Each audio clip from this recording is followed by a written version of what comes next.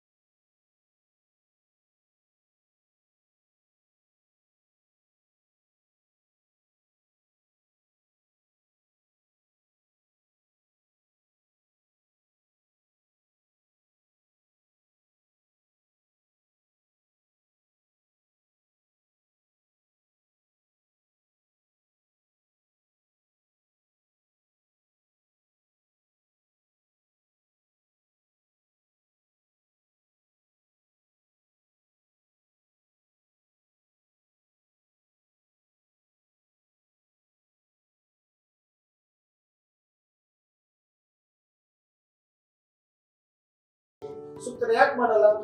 ಏನು ಕಾರ್ಪೊರೇಟರ್ಗಳು ಮತ್ತು ಜಿಲ್ಲಾ ಪಂಚಾಯತ್ ಸದಸ್ಯರುಗಳು ಅಥವಾ ಗ್ರಾಮ ಪಂಚಾಯತ್ ಸದಸ್ಯರುಗಳು ಅಥವಾ ಪುರಸಭೆ, ನಗರಸಭೆ ಎಲ್ಲವೂ ಸಹ ಬಂದು ನಿಮ್ಗೆ ತೊಡಕ ಆಗುತ್ತಾ? ಅಧಿಕಾರ ಹಂಚಕ್ಕೆ ನಿಮ್ಗೆ ಇಷ್ಟ ಇಲ್ಲ, ಅಧಿಕಾರ ವಿಕೇಂದ್ರೀಕರಣ ಆಗ್ತೀರಾ. ಎಲ್ಲಿ ವಿಕೇಂದ್ರೀಕರಣ ಆಗ್ತಾ ಇದೆ? ನೀವು ಮಾಡ್ತಾ ಇರೋದ್ರಿಂದ ಶುದ್ಧ ತಪ್ಪು. ಈ ಜನ ಒಂದು ದಿವಸ ನಿಜವಾಗ್ಲೂ ರೊಚ್ಚಿಗೆ ಹೇಳ್ತಾರೆ. ಏನ್ ಇವತ್ತು ನೀವು ಚುನಾವಣೆ ಮಾಡದೇ ಇದ್ರೆ ನೇಪಾಳಲ್ಲ ಆಯ್ತಲ್ಲ, ಬಾಂಗ್ಲಾದೇಶಗಳ ಆಯ್ತಲ್ಲ, ಆತರ ಜನ ಯೋಚಿಸಿದ್ದು ನಿಮ್ಗೆ ಪಾಠವನ್ನ ಕಲಿಸುವ ಸಂದರ್ಭ ಬಂದೇ ಬರುತ್ತೆ. ಬೆಂಗಳೂರಿನಲ್ಲಿ ಹೆಚ್ಚು ಕಡಿಮೆ 7 ವರ್ಷ ಆಯ್ತು. ಹೌದು, ಚುನಾವಣೆ ಮಾಡಲಿಲ್ಲ. ಸಂವಿಧಾನ ಅಂತ ಹೇಳೋ ಒಬ್ಬ ವ್ಯಕ್ತಿ ಅಥವಾ CM ಅವರು ಅಥವಾ DCM ಅವರು ಅಥವಾ ರಾಜ್ಯದ ಸರ್ಕಾರದ ಯಂತ್ರ ವಿಕೇಂದ್ರೀಕರಣದ ಆಡಳಿತದ ಬಗ್ಗೆ ಒಂದಷ್ಟು ಕಾಮನ್ ಸೆನ್ಸ್ ಇಲ್ಲದೆ ವರ್ತಿಸ್ತಾ ಇರುವಂತಹದ್ರ ಮೇಲೆ ಹೌದು ಏನ್ ಅನ್ಸುತ್ತೆ ಅಂತ ನಿಜವಾಗ್ಲೂ ನಾಚಿಕೆ ಆಗುತ್ತೆ. ಅವ್ರು ಯಾಕೆ ಹಿಂಗ್ ನಡ್ಕೊತಾ ಇದ್ದಾರೆ?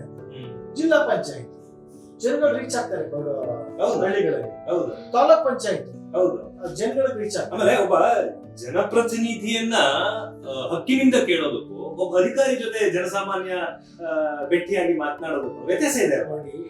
ಯಾವ ಸಾಮಾನ್ಯ ಜನರಿಗೆ ಯಾರು ಅಧಿಕಾರಿಗಳು ಅಂತ ಗೊತ್ತಿಲ್ಲ. ಹೌದು, ಅಲ್ಲಿ ಯಾರು ಇರ್ತಾರೆ ಅವ್ರನ್ನೇ ಪಾಪ ಜನಪ್ರತಿನಿಧಿಗಳನ್ನ ಕೇಳ್ತಾರೆ. ಜನಪ್ರತಿನಿಧಿಗಳು ಅವ್ರ ಋಣ ಇರುತ್ತೆ. ಕರೆಕ್ಟ್ ಹೇಳಿ, ಜನಗಳಿಂದ ಗೆದ್ದಿರ್ತೀವಿ ನಾವು, ನಮ್ ಋಣ ಇರುತ್ತೆ. ನಮ್ ಡ್ಯೂಟಿ ಮಾಡ್ಬೇಕಾದ್ರೆ ನಾವು ಪಾರದರ್ಶಕವಾಗಿ ಎಲ್ಲವೂ ಸಹ ಚೆನ್ನಾಗಿ ಮಾಡ್ತೀವಿ. ಇವತ್ತಿಗೂ ಸಹ ಚುನಾವಣೆ ಆಗಿ 2 ವರ್ಷ ಹಾಗೇ ಇಲ್ಲ. ಇಲ್ಲಿವರೆಗೂ ಎಷ್ಟೋ ಜನಕ್ಕೆ ಈ ನಾವೇ ಕಾರ್ಪೊರೇಟರ್ ಅಂತ ಅನ್ಕೊಂಡು, ಇಲ್ಲಿ ನೋಡಿದ್ರೆ ಯಾವ್ದಾದ್ರು ಕೆಲಸ ಮಾಡಿಸ್ಬೇಕಾದ್ರೆ ನಮ್ ಕೆಲಸಗಳನ್ನ ತಡೆಯುವಂತ ಕೆಲಸಗಳನ್ನು ಸಹ ಮಾಡ್ತಾರೆ. ಅನುದಾನಗಳು ಸಿಗಲ್ಲ, ಆದ್ರೆ ಜನಗಳನ್ನ ಸ್ಪಂದನೆಯನ್ನ ಮಾಡ್ಬೇಕು. ನೀವು ಜನರನ್ನ ಸ್ಪಂದಿಸ್ತೀರಿ, ಅದು ಅಧಿಕಾರಿಗಳು ನಿಮ್ಮನ್ನ ಸ್ಪಂದಿಸ್ತಾ ಇದಾರ? ನಮ್ಗೆ ಇರೋದ್ರಲ್ಲಿ ಅಧಿಕಾರಿಗಳು ಸ್ಪಂದನೆಯನ್ನ ಮಾಡ್ತಾರೆ, ಇಲ್ಲ ಅಂತ ಹೇಳಲ್ಲ, ಮಾಡ್ತಾರೆ. ಬಟ್ ಕೆಲವು ಸಲ ಏನಿವತ್ತು ಪಕ್ಷದ ರೂಲಿಂಗ್ ಪಾರ್ಟಿ ಇದೆ, ಅವರಲ್ಲಿ ಸ್ವಲ್ಪ ಕಡಿವಾಣ ಅಲ್ಲಿ ಕೆಲಸ ಆಗ್ಬಿಟ್ರೆ ನಾವು ಮುಂದೆ ಬಂದ್ಬಿಡ್ತೀವ. ಅದಕ್ಕೋಸ್ಕರ ಅಲ್ಲಿ ಸ್ವಲ್ಪ ಕಡಿವಾಣವನ್ನ ಹಾಕ್ತೀವಿ. ಆದ್ರೂ ಸಹ ನಾವು ಕಷ್ಟನೋ ಸುಖನೋ ಜನಗಳನ್ನ ರೀಚ್ ಆಗ್ತೀವಿ, ಜನಗಳ ಕೆಲಸ ಮಾಡ್ತಾ ಇದೀವಿ. ನಾನು ನನ್ನ ವಾರ್ಡ್ನಲ್ಲಿ ಎಷ್ಟು ದಿವಸ ನಗರ ಪಾಲಿಕೆ ಸದಸ್ಯರಿಗೆ ಹೆಂಗ್ ಕೆಲಸ ಮಾಡ್ತಾ ಇದೆ ಅದೇ ರೀತಿ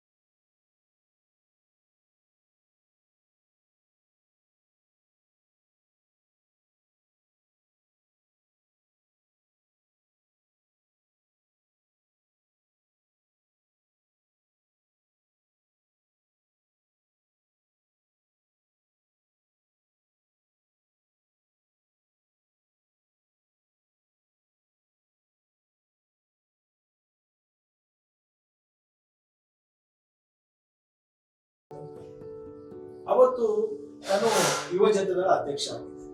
20 ವರ್ಷದ ಹಿಂದೆ ಯುವ ಜನರ ಅಧ್ಯಕ್ಷನಾಗಿ ಕಾರ್ಯಕ್ರಮ ಮಾಡಿ ಹಲವಾರು ಕಾರ್ಯಕ್ರಮ ಕೊಟ್ಟಿದ್ದೆ. ನಾನು ಹೇಳಿದ್ರೆ ಜನ ಹೇಳ್ತಾರೆ.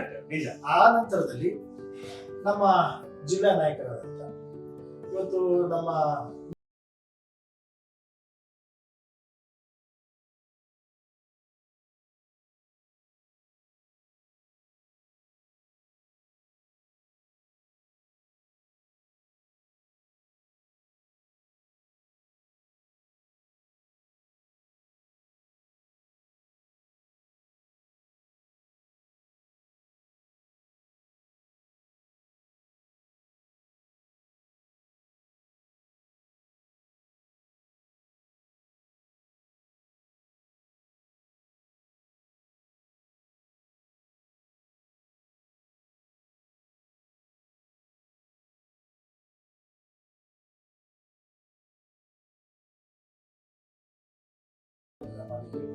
ಹೋಗ್ತಾರೆ. ಅವರು ಏನೋ ರಾಜಕಾರಣವಾಗಿ ಚುನಾವಣೆ ಸೋಲು ಗೆಲುವು ಇರುತ್ತೆ, ಯಾರೋ ಮಾತಾಡ್ತಾರೆ. ಅದೆಲ್ಲ ಇವತ್ತು ಏನೇ ಇದ್ರು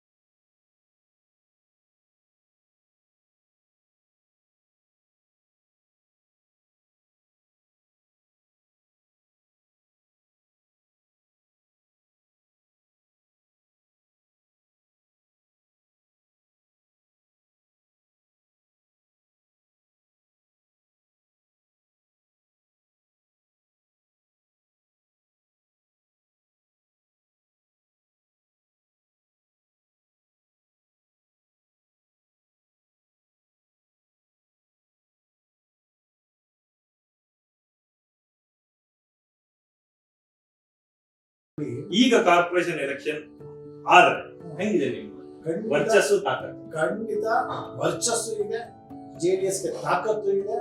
ಇವತ್ತು ಹೆಚ್ಚು ಸ್ಥಾನವನ್ನ ಮೈಸೂರು ನಗರದಲ್ಲಿ ಜೆಡಿಎಸ್ ಪಕ್ಷ ಗೆಲ್ಲಿಲ್ಲ ಅಂದ್ರೆ ಅವತ್ತು ಇದೇ ಇಂಟರ್ವ್ಯೂ. ಈಗ ಮುಳುಗ್ತಾ ಇರೋ ಟೈಟಾನಿಕ್ ನಲ್ಲಿ ವಿಂಡೋ ಸೀಟ್ ಅಲ್ಲಿ ಕೂತು ಬಹಳ ಧೈರ್ಯವಾಗಿ ಮಾತಾಡ್ತಾ ಇದ್ದೀವಿ. ನೀವು ತಪ್ಪು ತಿಳ್ಕೊಂಡಿದ್ದೀರಾ. ಕೆಲವರು ಏನ್ ಮಾಡ್ತಾರೆ ಅವ್ರವ್ರ ಅಭಿಪ್ರಾಯ ಹೇಳ್ತೀರಾ, ಆದ್ರೆ ಇದು ಮುಳುಗೋ ಹಡಗಲ್ಲ. ಯಾವ್ದು ಮುಳುಗ್ತು ಹಡಗು ಹಿಂದೆ ಆಗಿತ್ತು, ಯಾವ್ದು ಹೇಳಿ ಬೇರೆ ಪ್ರಾದೇಶಿಕ ಪಕ್ಷಗಳಾಗಿ ಹಡಗು ಮುಳುಗಿದೆ. ಅದನ್ನ ಒಪ್ಪಿದೆ. ಜೆಡಿಎಸ್ ಪಕ್ಷ ಯಾವುದೇ ಕಾರಣಕ್ಕೂ ಮುಳುಗಲ್ಲ. ಇದು ಮುಂಚೆ ಬಿಡಲ್ಲ. ನಾವು ಯಾವುದೇ ಕಾರಣಕ್ಕೂ ಜೆಡಿಎಸ್ ಪಕ್ಷ ನಾನು ಯಾವತ್ತು ಪಕ್ಷಕ್ಕೆ ಸೇರಿದೆ ಅವತ್ತಿಂದ ಇಲ್ಲಿವರೆಗೂ ನಾನು ವಿದ್ಯಾರ್ಥಿ ಜನತಾದಳ, ಇವತ್ತು ನನಗೆ 53 ವರ್ಷ. ನಾನು ವಿದ್ಯಾರ್ಥಿ ಜನತಾದಳದ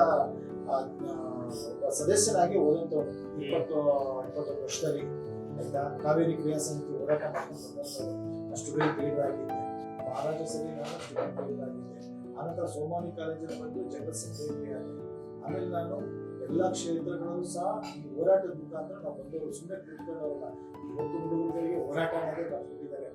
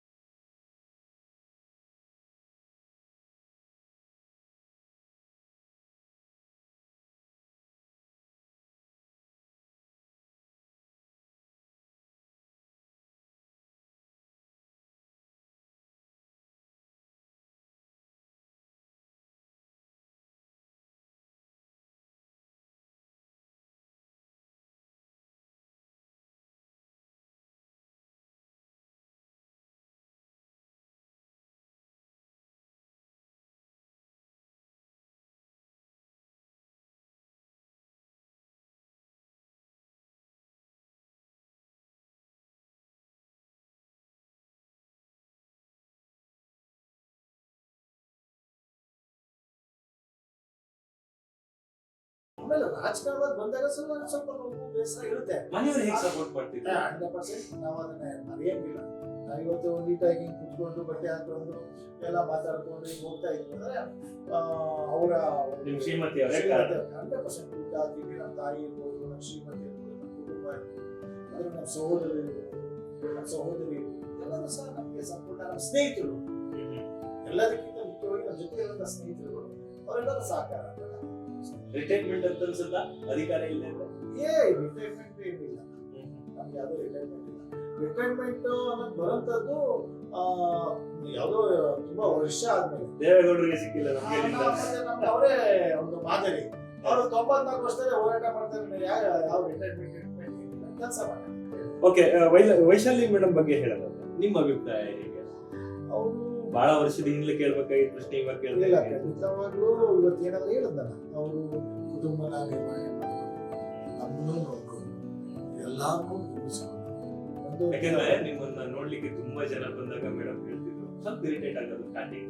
ಅಲ್ಲ, ಅವಾಗೆಲ್ಲ ಹೆಂಗ್ ಅನ್ಸದ್ ನಿಮ್ಗೆ?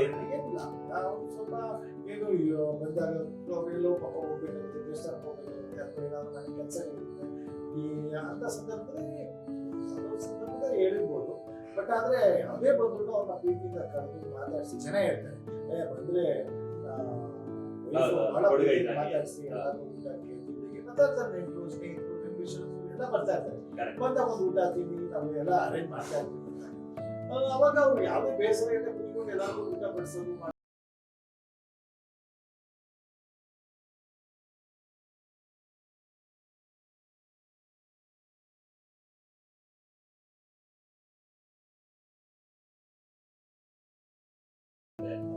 ಆ ಸಂದರ್ಭದಲ್ಲಿ ಏನ್ ಮಾಡ್ತೀನಿ, ಬರೋದು ಲೇಟ್ ಆಗ್ತದೆ. ಅವಾಗ ಅವ್ರು ಸ್ವಲ್ಪ ಬೇಸರ ಆಗುತ್ತೆ. ಅವಾಗ ಹೆಂಗ್ ಮ್ಯಾನೇಜ್ ಮಾಡ್ತೀರಿ? ಮ್ಯಾನೇಜ್ ಮಾಡೋದು ಅಂದ್ರೆ ಸಮಾಧಾನ ಮಾಡ್ಕೊಂಡು, ತುಂಬಾ ಜನರು ಪಾಠ ಕೇಳಂಗಿಲ್ಲ, ಎಲ್ಲ ಸಮಾಧಾನ ಮಾಡ್ಕೊಂಡು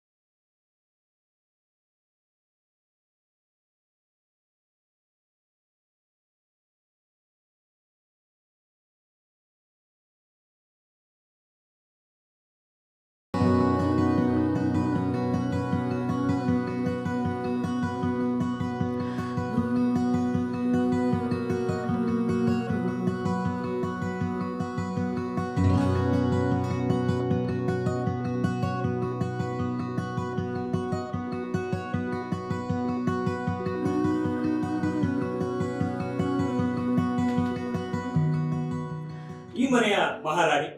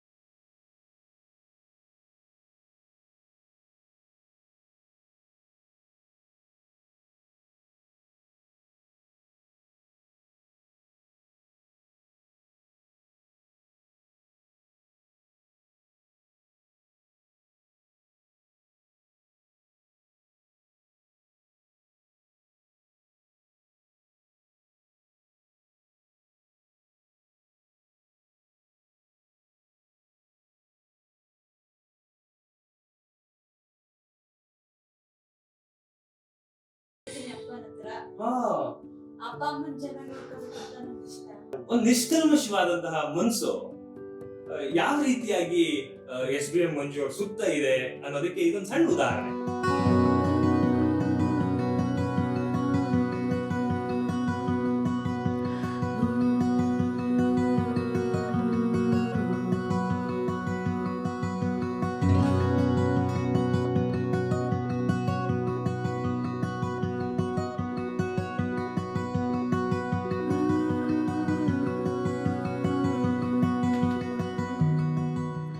ನಮ್ಮ ಜೊತೆ ಇದ್ದಾರೆ ಇವತ್ತು SBM ಮಂಜು ಅವರ ಬೆಂಗಾವಲು ಅಥವಾ ಅವರ ಒಡನಾಡಿ ಆಫ್ ಶರ್ಟ್ ವೈಶಾಲಿ ಮೇಡಮ್. ಮೇಡಮ್ ಕಾರ್ಯಕ್ರಮ ಸ್ವಾಗತ. ಮೇಡಮ್, ಬಹುತೇಕ ರಾಜಕೀಯದಲ್ಲಿ ಸಾಕಷ್ಟು ಹೇಳು ಬೀಳುಗಳು ಇರ್ತವೆ. ಆದ್ರೆ ನಿಮಗೆ ಹೇಗಿರುತ್ತೆ? ಎಸ್ ಬಿ ಮಂಜು ಅವ್ರಿಗಿರುವಂತದ್ದೊಂದು ಸ್ವತಃ ಗಂಡನ ಹೇಳು ಬೀಳುಗಳನ್ನ ನೋಡುವಂತದ್ದು ಹೇಗಿರುತ್ತದು? ಒಂದ್ಸಲ ನೋವು ಅನ್ಸುತ್ತೆ. ಅಷ್ಟೊಂದು ಸೇವೆ ಮಾಡುವಾಗ ಜನ ಸೇವೆನ ನೋಡ್ಲಿಲ್ಲ, ಇದ್ ಮಾಡ್ಲಿಲ್ಲ, ಏನೋ ಸೇವೆಗೆ ಅವಕಾಶ ಕೊಡ್ಲಿಲ್ಲ ಅಂತ ಅಂದಾಗ ಒಂದ್ಸಲ ಮನ್ಸಿಗೆ ನೋವಾಗುತ್ತೆ. ಈಗ ಅಧಿಕಾರ ಇಲ್ಲ, ಎಲೆಕ್ಷನ್ ನಡೆದಿಲ್ಲ, ಈಗ ಹೇಗಿದೆ ಅವ್ರ ಮನೆ ವಾತಾವರಣ? ಹೆಂಗಿರ್ತಾರೆ ನಿಮ್ಗಳ ಜೊತೆ? ಹೆಚ್ಚು ಸಮಯ ಕೊಡ್ತಾರೆ? ಹೆಚ್ಚು ಸಮಯ ಅಂತಲ್ಲ, ನಮಗೆ ಕೊಡ್ಬೇಕಾದ ಸಮಯನ ಕೊಡ್ತಾರೆ. ಅಧಿಕಾರದಲ್ಲಿ ಇದ್ದಾಗಲೂ ಕೊಡ್ತಾರೆ, ಇಲ್ದಲ್ಲ ಇದ್ದಾಗಲೂ ಕೊಡ್ತಾರೆ. ಅದನ್ನ ಅದೊಂದು ಇಷ್ಟು ಅಂತ ಮೀಸಲಿಟ್ಬಿಟ್ಟಿದ್ದಾರೆ. ತುಂಬಾ ಅಲ್ಲ, 100 ಅಲ್ಲಿ ಒಂದು 99 ಹೊರಗಡೆ ಇರುತ್ತೆ, 1% ನಮಗ್ ಕೊಡ್ತಾರೆ. ಬಟ್ ಆಗಿ ಎಸ್ ಬಿ ಮಂಜು ಅವರು ಹೇಗೆ ಫ್ಯಾಮಿಲಿ ಪರ್ಸನ್ ಆಗಿ ಒಂಥರ ಹೃದಯವಂತನೇ ಹೇಳ್ಬೇಕು ಅಂದ್ರೆ, ಹೊರಗಡೆ ಏನೇ ಇರ್ಲಿ, ಏನೇ ಇದಿರ್ಲಿ, ನೋವಿರ್ಲಿ, ಮನೆಗೆ ಬಂದ ತಕ್ಷಣ ಮಕ್ಕಳು, ಹೆಂಡತಿ ಅನ್ನೋದು ಒಂದು ಫ್ಯಾಮಿಲಿ ಅನ್ನೋದು ಇರುತ್ತೆ. ಅದಕ್ಕೊಂದು ಇಟ್ಟಿರ್ತಾರೆ. ಹೇಳ್ತಾರೆ, ಅಕಸ್ಮಾತ್ ಅವ್ರಿಗೆ ಅವತ್ತಿಂದ ಸಮಯ ಕೊಡಕ್ಕಾಗಿಲ್ಲ, ಒತ್ತಡ ಇತ್ತು ಅಂತಂದ್ರೆ ಮನೆಯಲ್ಲಿ ಬಂದು ಹೇಳ್ತಾರೆ, ನಂಗೆ ಕೊಡಕ್ಕಾಗಿಲ್ಲ ಸಮಯನ, ಸಾರಿ, ಆತರ ಒಂದು ಕನ್ವಿನ್ಸ್ ಮಾಡ್ಕೊಂತಾರೆ. ಈಗ ಎಸ್ ಬಿ ಮಂಜು ಅವರು ಕಾರ್ಪೊರೇಟರ್ ಇದ್ದಾಗ ನಿಮ್ ಜೊತೆ ಹೆಚ್ಚು ಸಮಯ ಕೊಡ್ತಾ ಇದ್ರ, ಈಗ ಹೆಚ್ಚು ಸಮಯ ಕೊಡ್ತಾರ? ಸಮಯ ಕಾರ್ಪೊರೇಟರ್ ಇದ್ದಾಗ ಕೊಡಕ್ ಆಗಲ್ಲ, ಅದು ಸಾಮಾನ್ಯ. ಯಾಕಂತಂದ್ರೆ ಅವ್ರ ಒತ್ತಡಗಳೆಲ್ಲ ಹೊರಗಡೆ ಅಷ್ಟಿರುತ್ತೆ. ಬೆಳಿಗ್ಗೆ ಅವ್ರ ಮನೆ ಬಿಟ್ರೆ ಅವ್ರೊಂದೊಂದ್ಸಲ ಮಧ್ಯಾಹ್ನ ಊಟಕ್ಕೂ ಬರಲ್ಲ, ಬರದೇ ರಾತ್ರಿ ಕೆಲವೊಂದ್ಸಲ 11 ಗಂಟೆನೂ ಆಗ್ಬೋದು, 12 ಗಂಟೆನೂ ಆಗ್ಬೋದು. ಬಟ್ ಎಲ್ಲೇ ಇದ್ರು ಒಂದು ಕಾಲ್ ಮಾಡಿ ಹೇಳ್ತಾರೆ, ನಾನು ಹಿಂಗ್ ಲೇಟ್ ಆಗತ್ತೆ ಬರೋದು. ಯಾಕೆ ಎಸ್ ಬಿ ಮಂಜು ಅವರಿಗೆ ಮೇಡಮ್ ಅಷ್ಟು ಸ್ಫೂರ್ತಿ ಅಥವಾ ಶಕ್ತಿ ಅಂತ ಹೇಳಿದೆ ಅಂತ ಹೇಳಿದ್ರೆ, ಒಬ್ಬ ರಾಜಕಾರಣಿ ತನ್ನ ಅಧಿಕಾರದ ಸಮಯದಲ್ಲಿ ಮಕ್ಕಳ ಜೊತೆ ಹೆಚ್ಚು ಸಮಯ ಕೊಡಕ್ಕಾಗಲ್ಲ, ಸ್ಕೂಲಿಗೆ ಕರ್ಕೊಂಡು ಹೋಗಕ್ಕಾಗಲ್ಲ, ರಜಾ ದಿನಗಳಲ್ಲಿ ಫನ್ ಮಾಡಿಸ್ಲಿಕ್ಕಾಗಲ್ಲ, ಅದೇ ಮೇಲೆ ಆಟಾಡ್ಸ್ಲಿಕ್ಕಾಗಲ್ಲ. ಅದ್ರದ್ದು ಯಾವ್ದಾದ್ರು ಹೊರಗಡೆ ನಾವು ನಿಮ್ಮ ಹತ್ರ ಹಂಚ್ಕೊಂಡಿರೋದು ಅದ್ರದ್ದು ಏನಾದ್ರು ಇದೆಯಾ? ಇದೆ, ಖಂಡಿತ ಇದೆ. ಯಾಕಂತಂದ್ರೆ ಮಕ್ಕಳು ಚಿಕ್ಕವರಿದ್ದಾಗ ಅವ್ರಿಗೆ ಆವಾಗ ಆ ಫೀಲ್ಡ್ ಅಲ್ಲಿ ಇನ್ನೂ ಬೆಳೀತಿದ್ರು, ಇನ್ನು ತುಂಬಾ ಕೆಳ ಮಟ್ಟದಲ್ಲಿ ಇದ್ರು, ಇನ್ನು ಮೇಲೊಂದು ಸ್ಥಾನಕ್ಕೆ ಅಂತ ಬಂದಿರ್ಲಾಗ ಹೋರಾಟ ತುಂಬಾ ಇತ್ತು ಅವ್ರದ್ದು. ಆ ಸಮಯದಲ್ಲಿ ಮಕ್ಕಳು ಚಿಕ್ಕವರು, ಅವ್ರಿಗೆ ಆಗ ಒಂದ್ ಸ್ವಲ್ಪ ಟೈಮ್ ಕೊಡಕ್ ಆಗ್ಲಿಲ್ಲ. ನನ್ನ ಮಗ ತುಂಬಾ ಚಿಕ್ಕವನು ಅಂದ್ರೆ ಅವನು ಅವಾಗ ನರ್ಸರಿ ಹೋಗ್ತಿದ್ದ. ಬಟ್ ಆದ್ರೂನು ಅದ್ರಲ್ಲಿ ಎಷ್ಟು ಸಮಯ ಆಗುತ್ತೋ ಅಷ್ಟು ಕೊಡ್ತಿದ್ರು. ಅವ್ರು ಹೊರಗಡೆ ಹೋಗಿ ಬರೋಷ್ಟೊತ್ತಿಗೆ ಸ್ಕೂಲ್ಗೆ ಹೋಗ್ಬಿಡ್ತಿದ್ದ, ನೈಟ್ ಇವ್ರು ಬರೋಷ್ಟೊತ್ತಿಗೆ ಒಂದು ಮಲಗ್ ಬಿಡ್ತಿದ್ದ. ಸೊ ಅವ್ನಿಗೆ ಜಾಸ್ತಿ ಸಮಯ ಕೊಡಕ್ ಆಗಿಲ್ಲ. ಅದು ಈಗ್ಲೂ ಅವ್ರು ಹೇಳ್ತಾರೆ. ಮಕ್ಕಳು ಚಿಕ್ಕವರಿದ್ದಾಗ ನಂಗೆ ಸಮಯ ಕೊಡಕ್ ಆಗಿಲ್ಲ, ನನ್ನ ಅವಾಗಿನ ನಂದು ಇದು ಒತ್ತಡ ಆಗಿತ್ತು, ಸಮಯ ಆಗಿತ್ತು ಅಂತ ಅವ್ರು ಹೇಳ್ತಾರೆ. ಇನ್ನು ನಿಮ್ಮ ಅತ್ತೆಯವರ ಬಗ್ಗೆ ಹೇಳೋದಾದ್ರೆ, ಅವರು ಒಳ್ಳೆಯವರೇ. ಯಾಕಂದ್ರೆ ಅವ್ರದೇ ಆದಂತ ಪ್ರಪಂಚ ಅವ್ರಿಗೆ. ಸೌಭಾಗ್ಯಮ್ಮ ಅಂತ ಅವ್ರದ್ದೇನು ಅಂದ್ರೆ, ಅವ್ರು ಸ್ವಲ್ಪ ಅವಾಗ ಹೆಲ್ತ್ ಇಶ್ಯೂ ಇತ್ತು. ನಮ್ಮ ಇವ್ರು ಚಿಕ್ಕ ವಯಸ್ಸಲ್ಲಿ ಇರುವಾಗಲೇ ನಮ್ಮ ಮಾವ ತೀರ್ಕೊಂಡ್ರು ಅಂತ ಅವ್ರಿಗೆ ಅವ್ರ ಅಮ್ಮನ ಬಗ್ಗೆ ಸ್ವಲ್ಪ ಅಭಿಮಾನ ಜಾಸ್ತಿ, ಕಾಳಜಿನೂ ಜಾಸ್ತಿ. ಸೊ ಅವ್ರು ಫಸ್ಟ್ ಟೈಮ್ ಮದ್ವೆ ಸ್ಟಾರ್ಟಿಂಗ್ ಹೇಳ್ಬಿಟ್ಟಿದ್ರು, ಅವ್ರ ನಮ್ಮಮ್ಮ ಇನ್ನು ತುಂಬಾ ಕಷ್ಟ ಪಟ್ಬಿಟ್ಟಿದ್ದಾರೆ. ಸೊ ಅವ್ರ ಮೇಲೆ ಏನು ಒತ್ತಡ ಹಾಕ್ಬೇಡ, ನಿನ್ಗೆ ಏನೇ ಸಮಸ್ಯೆ ಅದೆಲ್ಲರ ಮುಂದೆ ಕಾಮನ್, ಅದು ಪ್ರಪಂಚ ಅಂದ್ಮೇಲೆ ಇರುತ್ತೆ. ಬಟ್ ಏನು ಅಂದ್ರೆ ನೀನ್ ಅರ್ಥ ಮಾಡ್ಕೊ ಸ್ವಲ್ಪ, ನೀನ್ ನನ್ ಸಂಗಾತಿ, ನಂದೇನು ಪ್ರತಿಯೊಂದು ಹೆಜ್ಜೆಯಲ್ಲೂ ನೀನ್ ನನ್ ಜೊತೆ ಇರ್ಬೇಕು. ಸೊ